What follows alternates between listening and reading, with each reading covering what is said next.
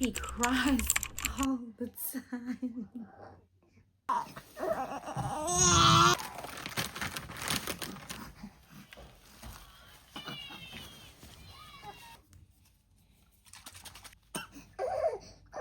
Yeah. This day that God has given me, I'm not gonna waste this joy deep down inside me. I'm not gonna shake.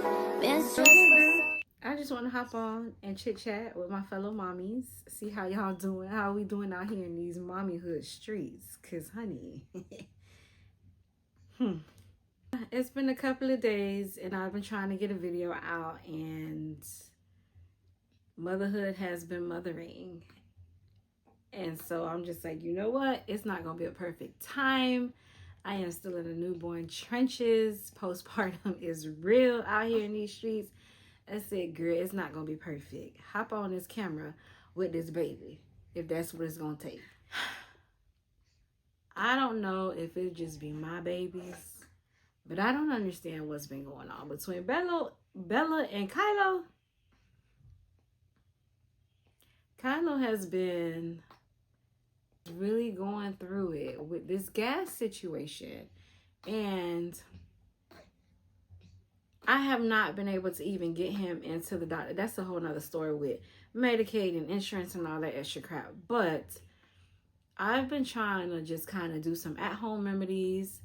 I started off with gripe water by Mommy Bliss, I think, and I wasn't like, at first I felt like the first time I gave it to him it kind of did something, maybe even the second time, but it's like he was still really cranky every time he had a bottle. I mean, it was like seconds after, he's just twisting and turning, like his stomach was getting hard.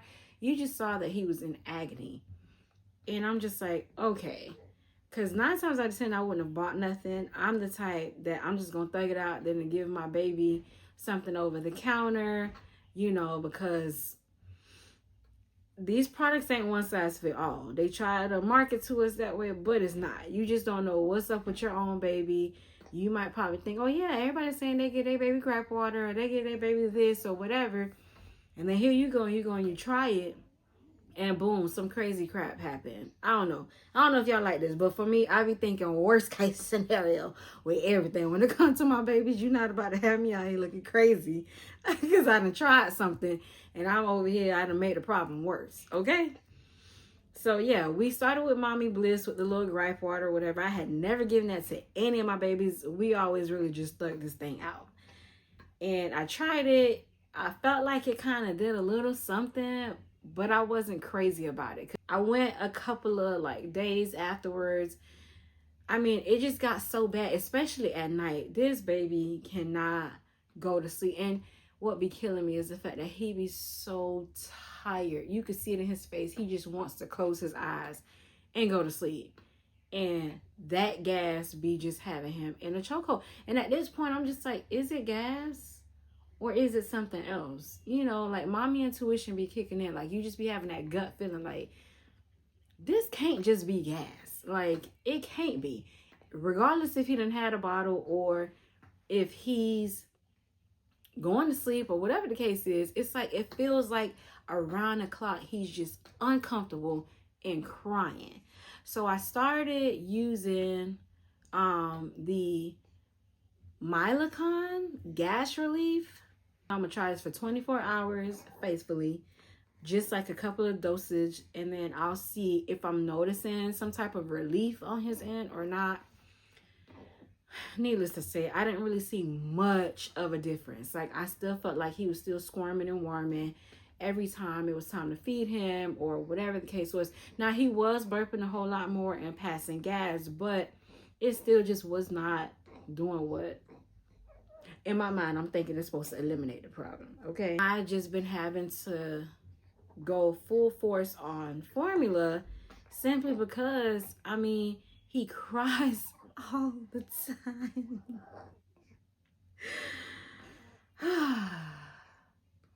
He cries all the time. I cannot put him down for 2 seconds. he cries all the time. I just have to laugh because it's real. It is real out here in these postpartum streets. And I go from feeling frustrated to feeling sorry for him to feeling exhaustion is exhaustion. There's nothing you can do about that. You know, it don't matter how positive you're trying to be. When you're exhausted, you're exhausted. So I haven't been having time to pump. I have not been having time to drink water to keep my fluid intake up. I mean, it's been tough. And I'm just like, girl, a fed baby is a good baby. Like, I beat myself up so much because I'm just like, I already struggle with the production of breast milk. So for me, it would take intentionality for my supply to remain a heavy enough flow that feeds him. Like, sometimes I'll pump both breasts and don't even get 2 ounces from both breasts after 20 minutes each. And it's just a struggle for me. It's been like that with all of my babies. I dreaded every time it was time for me to give birth because I'm just like, I already know what time it is. As much as I want to breastfeed my baby. Now, don't get me wrong. Ain't nothing pretty about breastfeeding, okay? Your nipples ain't safe. The first week and a half, your nipples is not safe. I mean, that's a pain indescribable when that little baby put their little lips around that nipple. But breastfeeding is a healthier option. Obviously, if you upkeep a more healthier diet, breastfeeding is more healthier for you and your baby.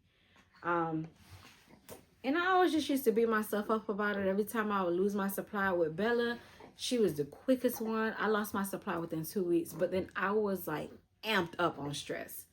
And yeah, I cried. I really did, because Bella also was giving me kind of somewhat of this issue. It was terrible. I spent the first 5 months of that baby's life searching for new formula. She was on 6 different formulas before I could get one, before she turned 4 months. And I was just like, if only your body would produce this milk for this baby, we wouldn't be going through this. It just made the depression a little worse. And then I found something that said a fed baby is all we need. And I said, you know what? If my body can't make it, if I'm stressing about making it and it's keeping the milk away, just feed the baby. I did not get any intervention. Did not even know that there was I did not know that I could go to the doctor's office and recommend that they give me a prescription for a specific type of formula to then bring it to WIC. I wasn't a WIC collector. Like, when I tell you WIC gets on my nerves, the crap, the basics that they give moms and babies, I just ain't never pick up WIC for these kids, because I was just like, to me it was pointless. So I didn't know any of the options that I had. I just literally just thugged it out thinking, okay, this is just it. I just got to deal with this. And if you're a new mom, or if you're pregnant and you're about to give birth, understand that there are resources out here. There's a lot of resources for moms. You just have to ask. A lot of times the health department is more helpful than we think. For me, I'm the type of person, like, I hate jumping through hoops. And I feel like anything that you're getting from the government or the state, they're looking at you like you're just another number. They're asking for all of this information. You're doing so much work for this much. And I just be like, you know what? I will just deal with it. The baby growing with Bella, I was just like, baby, as long as we can get you to 4 months and I can start you on some solids and you ain't only gonna be dependent on this formula. I just kept counting the days, and I feel like that's just what I'm doing with Kylo now. Yeah, girl. That's what I've been dealing with. And it's been hard. It's been tough. Because as you know, my husband works all day trying to provide for his family. And I'm just home. I'm home with He's a month and a half now, and I have a 1-year-old, Miss Bella. So I'm home with them two all day long. She's getting a little bit better. She likes to watch like these little shows on YouTube, so it's easier for me to kind of like prop her. Now, before you come for me, no, she do not be on YouTube all day long. She is a busy body. You hear me? I don't buy no toys for that reason, because Miss Ma'am is a busybody. She will find any and everything to get into, and that's just how I love it. I love the fact that it's her environment that's raising her. She's curious about things, constantly in the dishwasher, in the cabinet, in the pantry. She's everywhere, okay? Her environment is raising her. Her curiosity is growing. She's functioning the way she needs to function. But there are times when I just need her to sit and stay put. She gets a bottle and she get a tablet so I could focus on Mr. Man. But yeah, oh, good boy. Good boy. And with my husband being to work all day, and my oldest, he plays sports, so sometimes he's not coming home after school.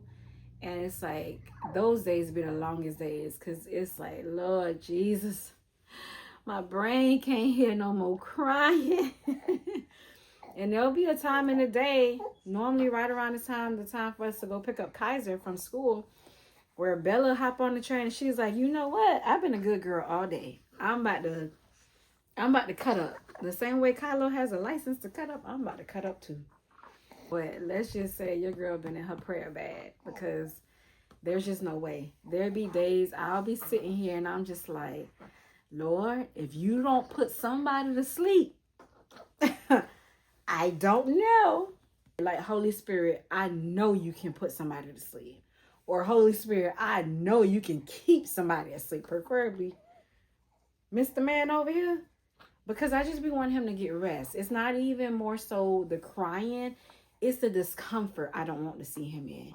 You know, as a mom, it's a weak feeling where you looking at your child and there's nothing you can do about the situation. You done tried everything. I done did the burp. I done changed the diaper. I done gave you a warm bath. I fed you, you spit up. I changed your clothes, you know, take you outside for a walk, try to rock you, hold you. Nothing? So you mean to tell me I'm failing as a mom today? Okay.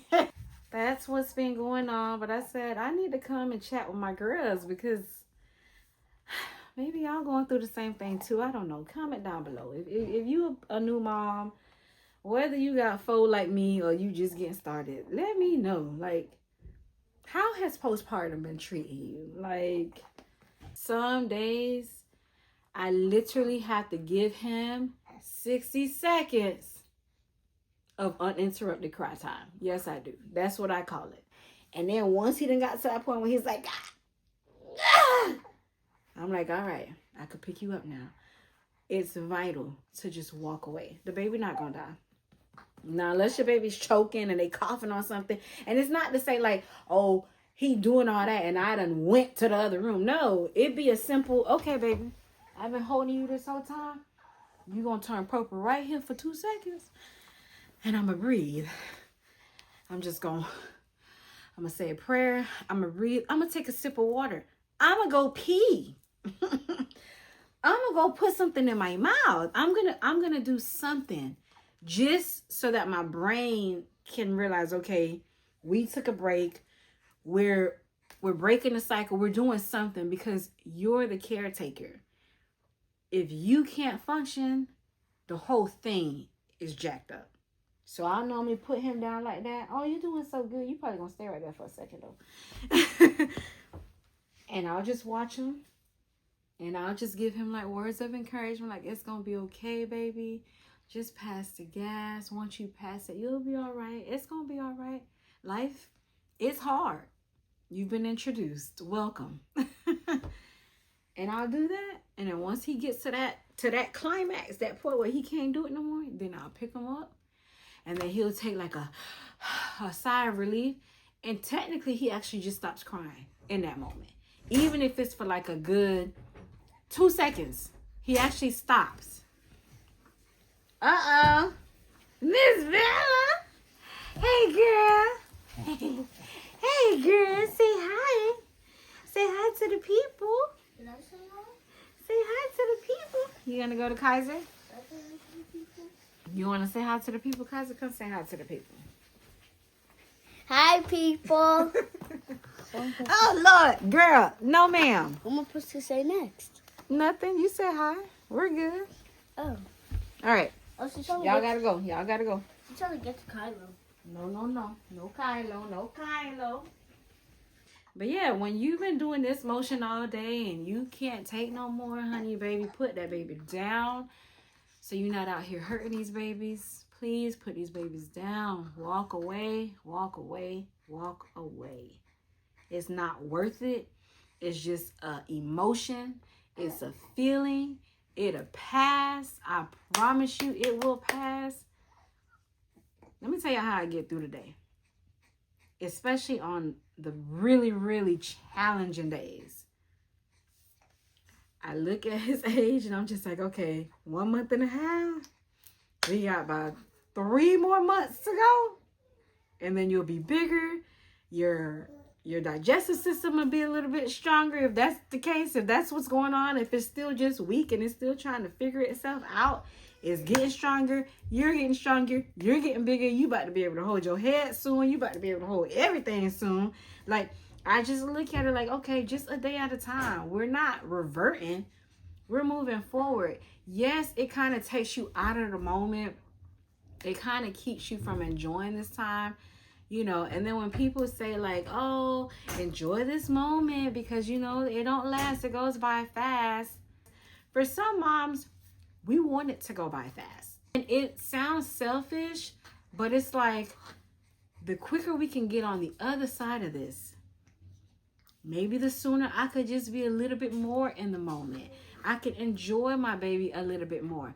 But ain't no mom, I could care less how anybody feel about mommyhood or whatever the case might be. And this is just my opinion. You can agree with it. You can disagree with it. Whatever it is, I'm still going to think it. There are certain stages in postpartum that is not pretty. When exhaustion hits, when hunger hits, when you have not slept a good consecutive 3 hours in a night for the past 1.5 months, ain't nothing cute about, oh, enjoy it while it lasts. No, ma'am. I want this clock to run. Now, if my baby wasn't going through what he was going through, yes, I would enjoy the moment. Because you know why? I would have peace of mind that if I fed him, I don't have to sit there and worry about whether or not he about to be crying for the next 3 hours because he's so uncomfortable. And he also had this thing where he would start to spit up and he would start to choke up on his spit. The spit up is coming through his nose. He can't breathe. He turning purple. I'm frantic. I'm scared. The baby choking. I'm looking at my husband like do something. These moments are not beautiful. It's scary. It really is. And people love to romanticize pregnancy. The world romanticizes pregnancy. And I get it. There's women who absolutely want this and they can't have it. And I'm not trying to sound, you know, insensitive to that, or I'm not trying to sound like ungrateful. Like, by all means, yes, having the ability to reproduce something that is yours, it is a beautiful thing. When you take a step back and you look at the whole picture, it is. But when you zoom in on parts of this picture, some parts of it is scary, okay? Some parts of it is scary. It's a coin that you toss up. You don't know what you're going to get. You don't know what kind of baby you're going to get. You don't know what kind of health they're going to be in. You don't know how your recovery is going to be. You don't know what your mental health is going to be. You have no idea what your season of life is going to be like. You can only pray that the Lord is with you and be reminded that he'll never leave you or forsake you and that you'll be okay. Outside of that, there are no guarantees to this thing.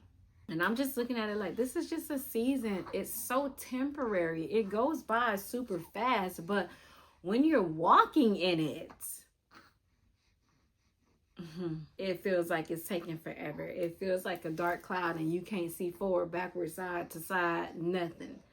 But in hindsight and in the overall picture, it is a time frame that goes by really, really fast. So I'm kind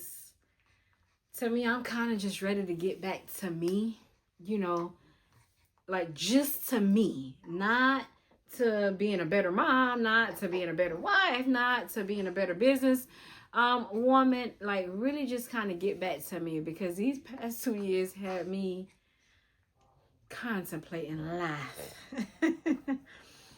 I've been in a lot of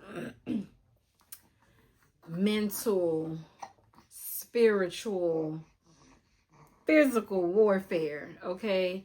And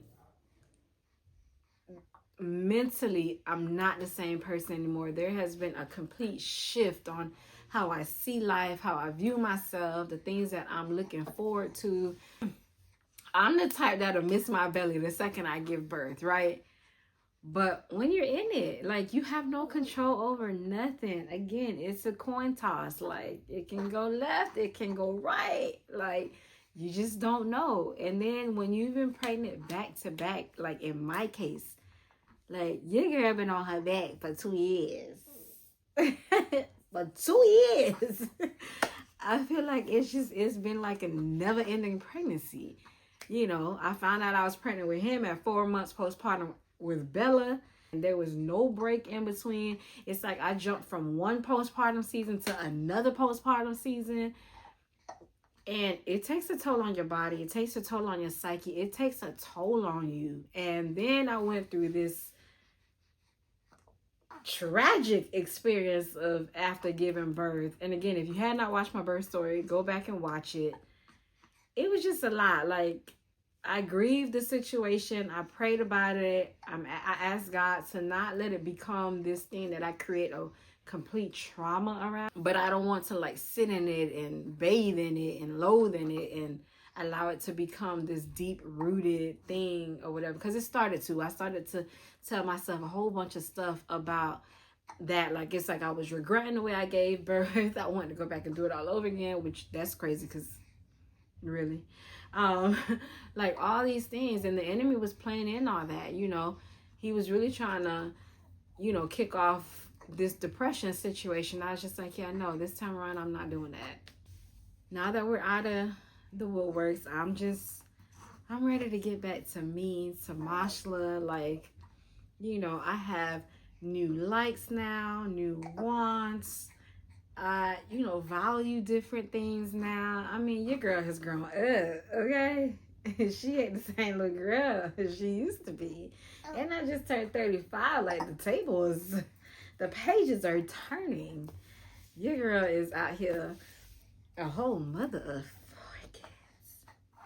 And it's 4 kids who needs a healthy version of me.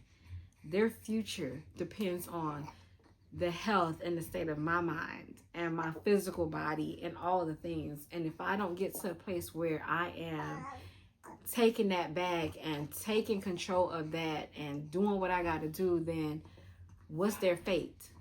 You know, what's their fate? What does their life turns out to be if I crumble? What does their life turn out to be if I just crawl up in bed and cry all day? You know, allowing this season, this temporary thing, to then become an identity for me. A lot of times we live in these spaces longer than we should have because we don't realize that it's just a zoomed in portion of the picture. Like, sis, zoom back out so you can see the whole picture, okay? Like, you zoomed in and you stayed there. The whole picture says that I'm gonna get out of this. The whole picture says it's not gonna be like this forever. It was just, I was looking at Bella the other day. I'm like, it felt like just last year that she was like this. And I was going through it when she was going through it. And then now look, she out here walking, talking, she doing the most. And I'm just like, Mashla, before I know it, man over here gonna be up and walking, gonna be right out there. And I'm gonna forget all of that. I had to switch from gripe water and Milacon gas relief and doctor's appointments here and bottles there and all the things or whatever. I'm gonna forget all that. So sis, zoom back out. It's a bigger picture. You have a bigger goal. If you're called to be a mom, if God has blessed you on this earth to reproduce, that is a ministry in itself, and it requires all of you. You can't let God down, and you can't let these kids down, because there is an account that you're going to have to retrace back to him one day. Because what it say? Train up the child in the way they must go, so when they are older, they will not depart from it.